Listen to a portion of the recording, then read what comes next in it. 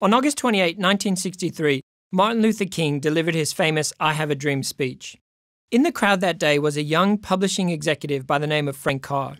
He was neither African American nor part of the civil rights movement, and yet, on that day, he caught the vision Dr. King proclaimed would change the world. I have a dream. He also had an idea to offer paid internships to African American students, support them through university and into professional jobs. And so, in 1969, Inroads was born.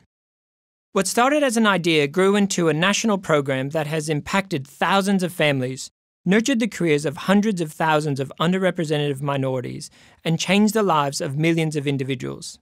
I know because I'm one of them, a byproduct of Dr. King's dream.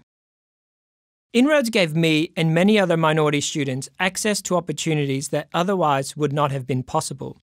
They provided a support network where my success was inevitable and instilled in me a sense of duty to one day pay it back. In my career, I've been fortunate to work for multinational companies all over the world. In 2004, this brought me to Australia, where I noticed that the organization I had worked for had no Indigenous executives.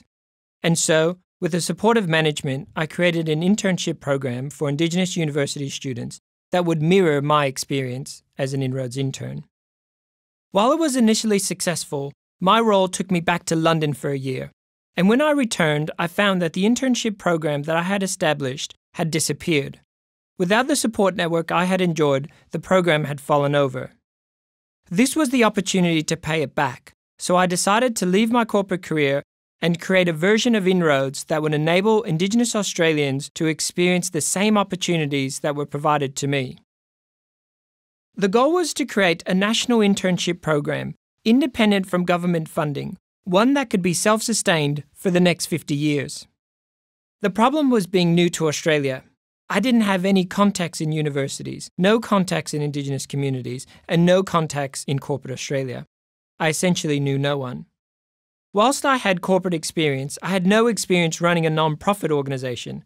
I had no financing, there was no office, there was no staff, there was no real plan of how I would achieve my vision.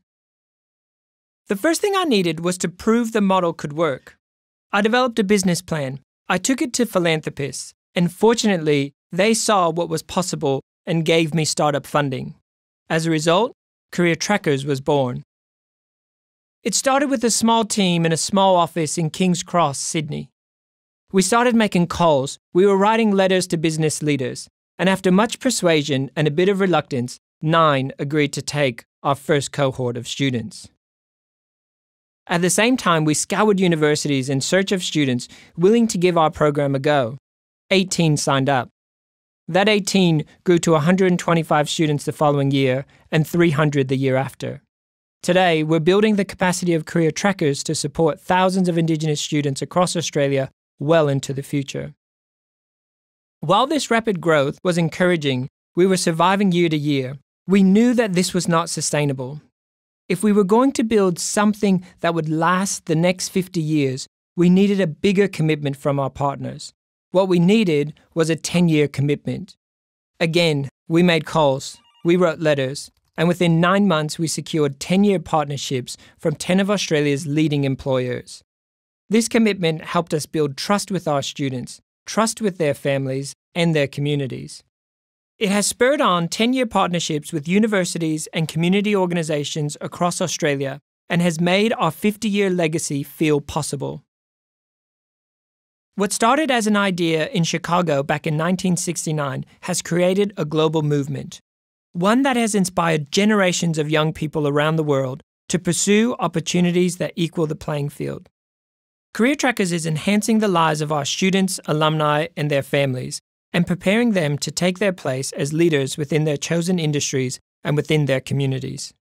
As Dr. King said, everyone should be judged by the content of their character, not by the color of their skin.